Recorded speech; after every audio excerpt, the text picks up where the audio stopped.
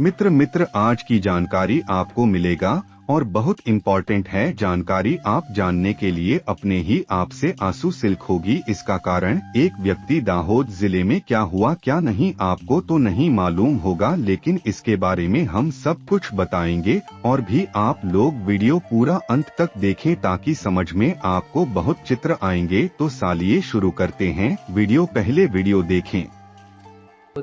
सांजना 6:30 आसपास जे तोरणी गामनी प्राथमिक शाळानी compound wall पासेथी शाळाना प्रेमाइसिसमां जे बाळकी ધોરણ 1 માં અભ્યાસ કરતી બાળકીની લાશ મળેલી તે બાબતમાં એમનું પોસ્ટમોર્ટમ કરાવેલ। બીજે દિવસે પોસ્ટમોર્ટમ રિપોર્ટ આવતા તેમાં ધ્યાન પર આવેલ કે સ્મોધરિંગથી બાળકીનું મૃત્યુ થયું છે, મતલબ એનો શ્વાસ રૂંધી દેવાના કારણે બાળકીનું મૃત્યુ થયું છે। આ પ્રાઇમરી કોઝ ઓફ ડેથ મળતા પોલીસે એ દિશામાં તપાસ ચાલુ કરી। તમામ ટીમો LCB, SOG, સ્થાનિક PI, પ્રોબેશનલ DYSP તમામ અલગ અલગ 10 જેટલી ટીમો આમાં બનાવવામાં આવેલી।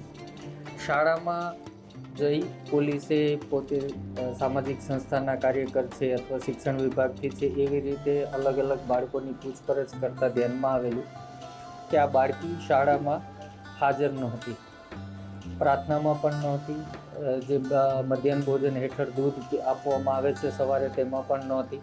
તો એના પરથી બાળકોના નિવેદનો અને શિક્ષકોની પૂછપરછથી પ્રસ્થાપિત થયું કે બાળકી શાળાએ પહોંચી નહોતી।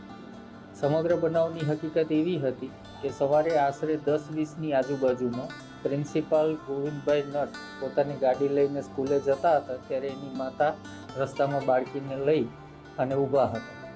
એમણે આ પ્રિન્સિપાલની ગાડી રોકાવી અને એમની ગાડીમાં આ દીકરીને બેસાડી દીધેલી। ત્યારબાદ સમગ્ર ઘટના એવી બની કે આ પ્રિન્સિપાલે રસ્તામાં કોઈ સ્થળે બાળકી સાથે। तो मित्र आपका क्या कहना है इसके बारे में, तो हमको जरूर कमेंट करें। और मैं तो चाहता हूं फांसी की सजा इनको मिलनी चाहिए, यह मेरी भी रिक्वेस्ट है। तो मित्र आपका क्या क्या कहना है जरूर कमेंट करें। तो आज की बात मित्रों इतनी। जय जोहार, जय आदिवासी, गो आई लाइक।